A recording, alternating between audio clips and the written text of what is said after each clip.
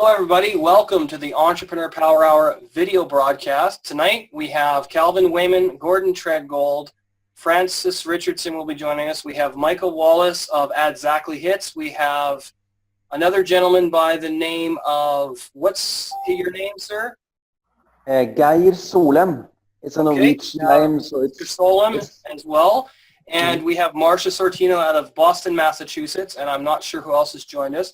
Tonight we're discussing a very awesome article I was reading on Entrepreneur.com that was written by Mr. Jason Demers. Tonight we are talking about 7 things successful entrepreneurs believe. And the first thing, one of those empowering beliefs I'm going to start us off here tonight is anything's possible. So if the mind believes anything's possible, then you will begin to attract what you want. So if you believe you'll never be capable of creating a multi-million-dollar enterprise, you're never going to take the effort to create one. And if you think your business can't compete with major players, you'll lose your enthusiasm and eventually fold under the pressure.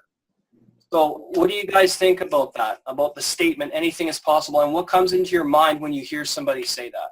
I'm going to throw the ball to whoever wants to take it. Well, it's absolutely true, and I don't know if there's probably some people on here that might be saying, well, who the hell's Calvin Wayman, or I don't know all these other people. So just to really touch base, I'm someone who a year and a half ago is when I quit my day job, and it's this thing, what your mind can believe and achieve was huge in me stepping into more of an entrepreneurial role. In fact, this is something I just talked about on a real panel, an event over the weekend in San Diego, and part of that panel was called the Possibility Panel.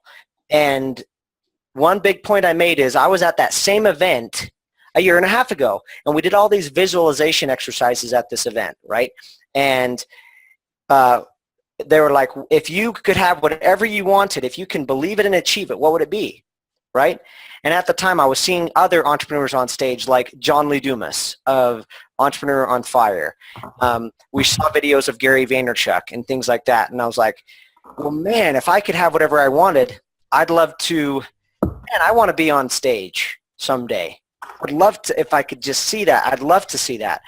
Or I'd love to be able to connect with John Lee Dumas someday. Heck, instead of just connecting with him and me interviewing him, man, I'd love if he interviewed me on his podcast, right? And there was just all these visions that I went over and writing my book and stuff like that. And what was really fun for me coming back to that event was all of those visions of putting it to all of those things that I wished and wanted sitting in that seat on the front row as somebody that had just barely quit his day job have happened. Been featured in Entrepreneur Magazine. That's why we're here. That's why I'm on here. Was on John Lee Dumas's podcast October 6th. I wrote my book, Fish Out of Water.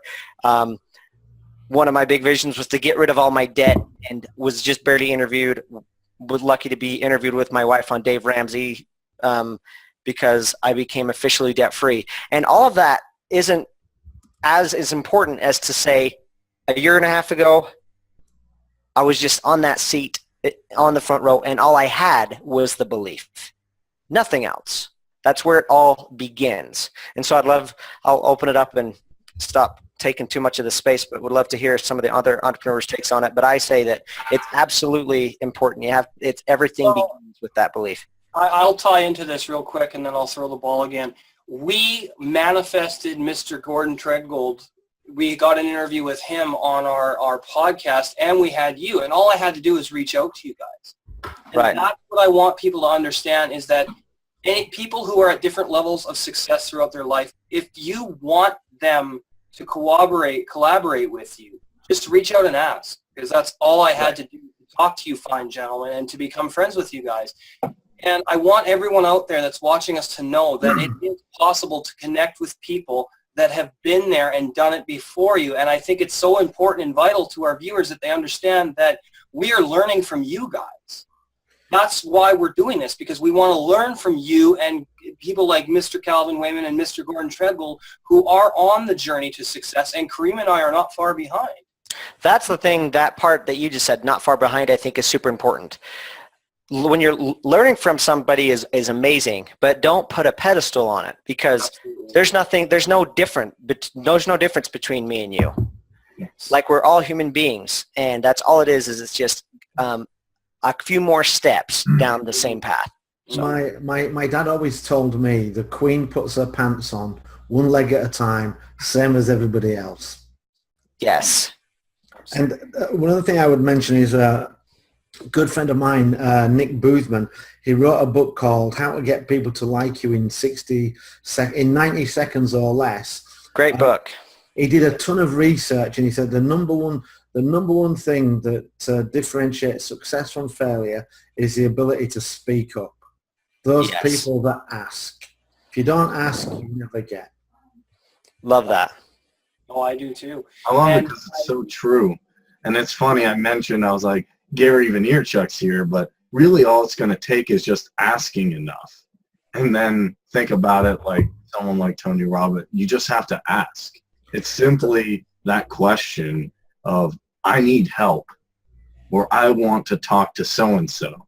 And most people are, I'm scared to pick up the phone. Or so-and-so's too big. And it's funny because one day me and Chris were talking about how to get our views up. And I find this guy named Dave Walsh, thinking, well, he has 100,000 subs. This is really cool. Wonder if I reached out to him and would he say anything? And I saw Collaborate on his website, and I made a video. I sat there and waited. I'm like, well, he probably ignored it. Three to 2 weeks later, he's like, done. Let's do it. What day and time? I'm like, what? Whoa, really? Yep. And all it takes is that question of, hey, you want to hang out for a little bit? Do you want to get on this podcast? It's not like these people are superhuman. When I made the Inc. magazine Top 100 Leadership Experts, it was a surprise to me because, one, I'd never heard of Inc. magazine before, so that was a bit of a shock. And then the second thing I did was I approached everybody on that. I thought, I'll create a podcast and I'll contact everybody on that list and I'll mail them and go, congratulations for being on the list. It's an honor to be mentioned with you. Would you like to be on my show? And of the people I approached, 20 of them said, yeah.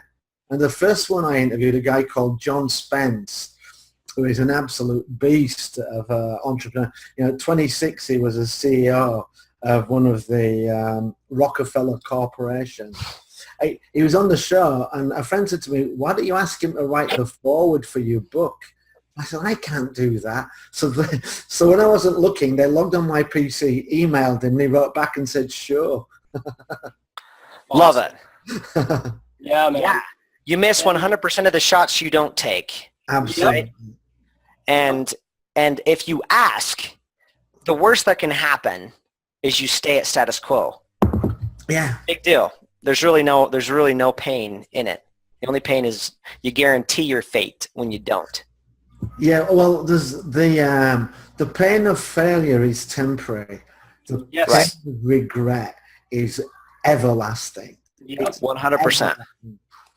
Yep. And I'm just going to continue on with the article here, and then we'll keep moving on, guys. Can I just say one more thing on that as well? Yeah, sure, Gordon, sure. What's interesting is that a lot of people realize that if you don't ask, you don't get. But they'll do it for one part of their life or their business, and they won't do it for another.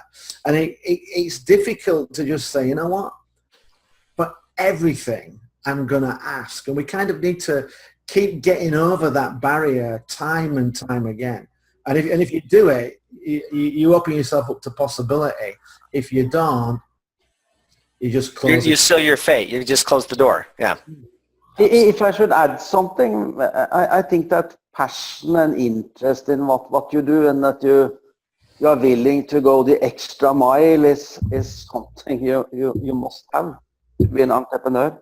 I'm not sure everybody has it because as was mentioned before here, you have downturns and you have obstacles and you have problems and you might have success as well, but it's tough.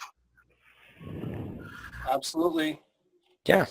Yeah, and one of the challenges is that, people like myself, we become an expert in something, and there's a difference between being an expert and being an entrepreneur.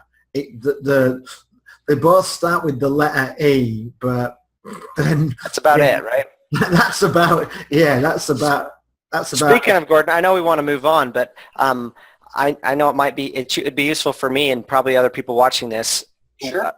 If you would give like a 30-second bio, who are you, Gordon, and what do you do and Yeah, stuff go like ahead, that? Gordon.